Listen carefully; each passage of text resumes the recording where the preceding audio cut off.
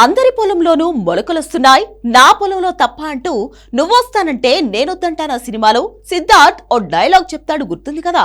ఇప్పుడు నందమూరి అభిమానులను చూస్తుంటే అదే అనిపిస్తోంది.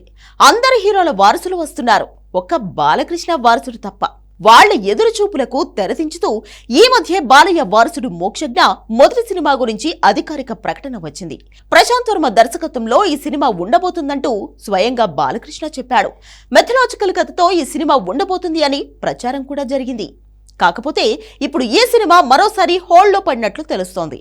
ఫిబ్రవరిలోనే సినిమా మొదలవుతుందని ఆ మధ్య ప్రచారం జరిగినా ఫిబ్రవరి అయిపోయి మార్చి కూడా మొదలయ్యేలా ఉంది. కానీ మోక్షజ్ఞ మొదటి సినిమా మాత్రం ఇప్పట్లో మొదలయ్యేలా కనిపించడం లేదు.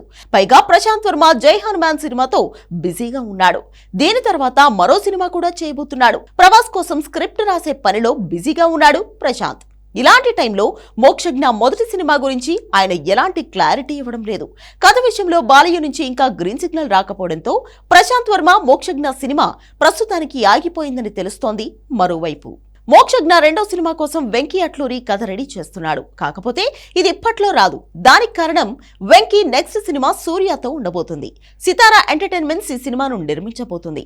సూర్య వెంకీ ప్రాజెక్ట్ అయ్యేసరికి కనీసం ఏడాదిన్నర పడుతుంది. జై హనుమాన్ పూర్తవడానికి కూడా దాదాపు ఏడాదికి పైనే టైం పడుతుంది.